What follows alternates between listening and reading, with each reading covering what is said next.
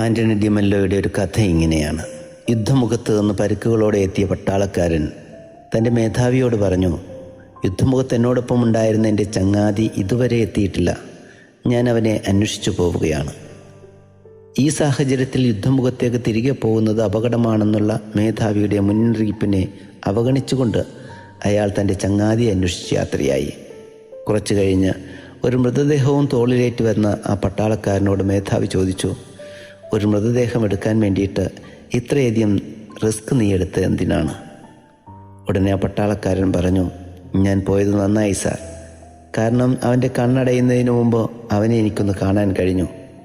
അവസാന ശ്വാസം എടുക്കുന്നതിന് മുമ്പ് അവൻ എന്നോട് പറഞ്ഞത് ഇങ്ങനെയാണ്, ആരെല്ലാം എന്നെ അന്വേഷിച്ചു വന്നില്ലെങ്കിലും നീ വരുമെന്ന് എനിക്കുറപ്പായിരുന്നുവെന്ന്.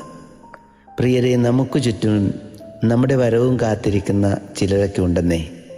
നമ്മുടെ മാതാപിതാക്കളാവാം, സഹോദരങ്ങളാകാം, ജീവിത പങ്കാളിയാകാം, മക്കളാകാം, സുഹൃത്തുക്കളാകാം. നമ്മുടെ വരവും കാത്തിരിക്കുകയാണവർ. അവരുടെ സ്വപ്നം പൂവണിയുന്നത് അവരുടെ സ്നേഹവലയത്തിലേക്ക് നാം തിരികെ എത്തുമ്പോഴാണ്. God bless you.